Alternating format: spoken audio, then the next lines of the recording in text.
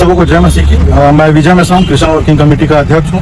आज हम थाने में मसीह समाज के लोगों के साथ में आज एफआईआर दर्ज करवाने आए हैं, क्योंकि बीते बुधवार को हमारे पास्टर और पूरे परिवार के यहाँ पे कुछ वहाँ के लोग, स्थानीय लोग और पार्षद के द्वारा जबरन घर में घुसकर गाली गलौज किया गया और जान से मारने की धमकी दी गई। जिसके बाद समाज में पास्टर बजरंग जायसवाल जी के द्वारा सूचना दी गई और समाज के अधिकारियों ने उन्हें थाने में शिकायत दर्ज और एफआईआर करने के लिए कहा। और जब बजरंग जायसवाल पास्टर ने जब आज सुबह 11 बजे थाने में उनकी शिकायत करने के लिए पहुंचे, तो प्रशासन के द्वारा पीड़ित पास्टर के ऊपर ही जबरन जो है धर्मांतरण का झूठा आरोप लगाते हुए एफआईआर दर्ज करते हुए उनको जेल की कार्रवाई कर दी गई। हम मसीह समाज इस बात को लेकर आज थाने में जो है एफआईआर की मांग के लिए उस चर्च विरोधी पार्षद और 3 महिलाएं जो आई हुई थी, जो गंदी गाली गलौज किए हैं और जान से मारने की धमकी हमारे पास्टर और पूरे परिवार को दिया गया, उनके ऊपर एफआईआर दर्ज की मांग करने के लिए हम यहाँ पे आए हुए हैं। पुलिस ने हमें एफआईआर दर्ज करने का आश्वासन तो दिया है, लेकिन हम मसीह समाज के द्वारा इस बात की चेतावनी देना चाहते हैं प्रशासन को, यदि कल दोपहर 12 बजे तक यदि उन पार्षद और उन लोगों के ऊपर जो बदतमीजी किए हैं, गाली गलौज किए हैं, जान से मारने की धमकी दी हमारे पास्टर और परिवार के ऊपर में, अगर उनके ऊपर एफआईआर दर्ज नहीं करता है और कल 12 बजे तक उनकी गिरफ्तारी नहीं करता है, तो पूरा मसीह समाज जिले में नहीं पूरे प्रदेश में एक बड़ा आंदोलन करेगा, जिसकी पूरी जिम्मेदारी प्रशासन। नमस्कार प्रिय बंधुगण, आपण मान प्रत्येक को आउ गोटे भिडियो को मुझे स्वागत करुच्छे। तेरे आज भिडियो आम आलोचना करवा आज जो प्रशासन रही अच्छे, आज जो पुलिस डिपार्टमेंट रही अच्छे, से मध्य किसी गरदार मान अच्छा माने किसी मतलबी लोक मैंने अच्छा, किसी मतलबी ऑफिसर माने, स्वार्थपर ऑफिसर माने, आ जो माने कि गोटे पक्ष को केवल समर्थन करते, आउ किसी पुलिस ऑफिसर अच्छा जो माने कि आईन को सम्मान दियंते, आईन अनुजाई काम करते, संविधान को मानते, किंतु एमिति किसी कट्टरपंथी चिंताधारा रखी काम करुवा पुलिस ऑफिसर मध्य अच्छा, आ जो मान को हुए तो संविधान जना नथिबो किंबा संविधान जानिक मध्य समाने अजना, एमिति किसी लोक माने भी आजिर दुनिया अछंती।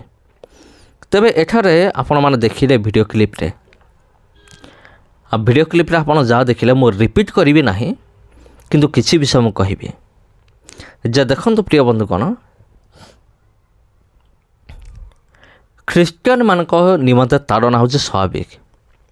एटा तो आगुरु भी से ताड़ना करुले, एबे भी से ताड़ना करुचंती, आगो को मध्य से ताड़ना करिवे, जाको इंग्राजी रे परसिक्यूशन बोली कहा जाए। किंतु प्रिय बंधुगण, आमे माने देखुचु जेतेबेले आमर ख्रीस्टियन भाई भनी मानक ऊपर अत्याचार होची, किछि एमती पुलिस ऑफिसर अछंती जो मान के आमको सपोर्ट करिकी से माने कथा कहते, माने न्याय हिसाब रे कथबार्ता करते, ठीक को ठीक कहते, भूल को भूल कहते, किंतु एमिति किसी बेईमानी पुलिस ऑफिसर मान अछंती माने जो मान को आईन कानून जना नाही, जना थिले मध्य समान होचंते अजना। आ कौन है ना जने पालक महाशय आ सीए एक केस नहीं कि पहुँचले थाना रे, जे विरोधी माने समान को हैरान करुचंती, तांको प्रार्थना करिया दौ नाहंते, आ समानकर जो मौलिक अधिकार रही अछि धर्मगत स्वाधीनता अधिकार, ता उपरे आँच आसुचे। आ एमिति किसी अभियोग नहीं कि थाना रे पहुँचले, किंतु थाना रे को पुलिस ऑफिसर थिला के जानी, से कौन कला, उल्टा पास्टर को नाँ केस लगे देला, पास्टर नाँ रे से एफआईआर करदेला, केस करदेला, आ पास्टर वर्तमान जेल रे अछंते।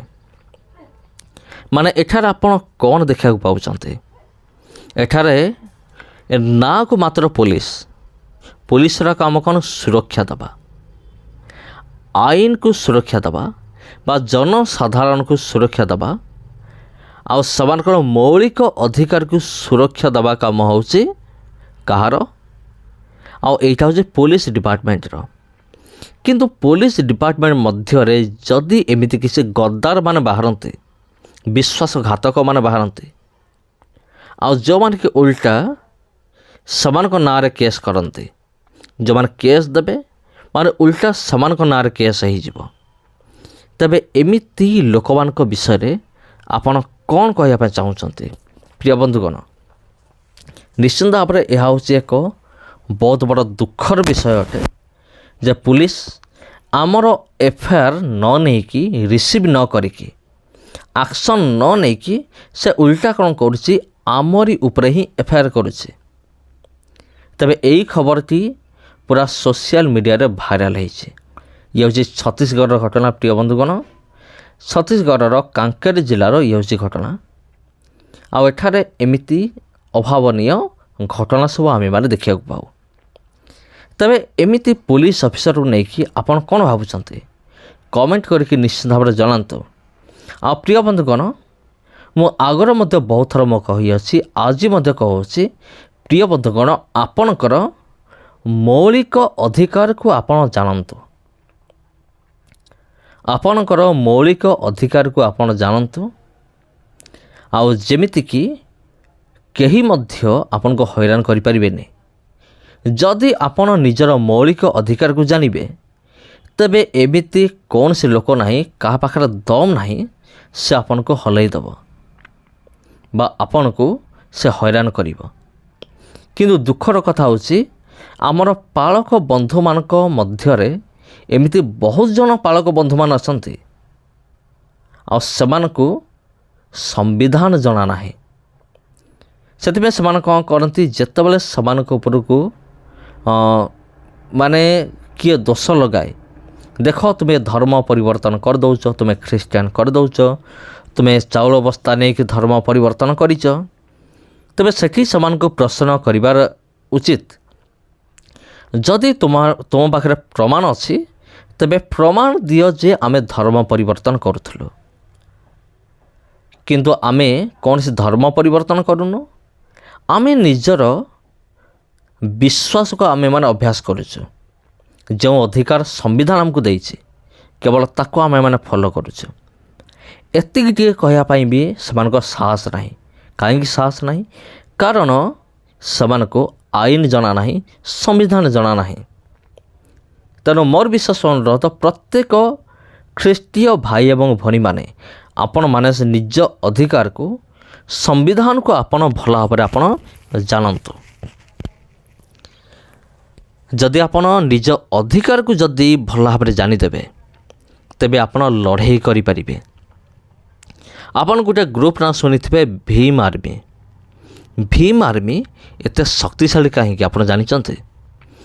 ଭୀମ ଆର୍ମି ଶକ୍ତିଶାଳୀ ଏଥିପାଇଁ କାରଣ ସେମାନେ ସମ୍ବିଧାନକୁ ସେମାନେ ଫଲୋ କରନ୍ତି, ସେମାନେ ସମ୍ବିଧାନକୁ ପାଳନ କରନ୍ତି।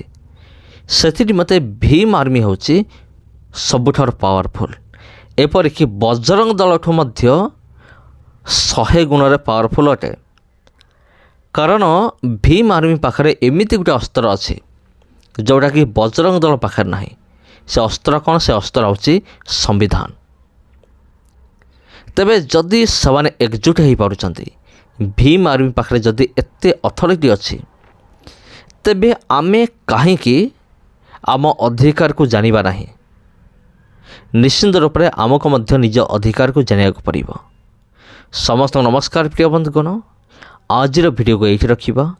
ଯଦି ଭିଡ଼ିଓ ଭଲ ଲାଗିଥାଏ ଭିଡ଼ିଓକୁ ସେୟାର କରନ୍ତୁ, ଚ୍ୟାନେଲକୁ ସବସ୍କ୍ରାଇବ୍ କରନ୍ତୁ। ଧନ୍ୟବାଦ।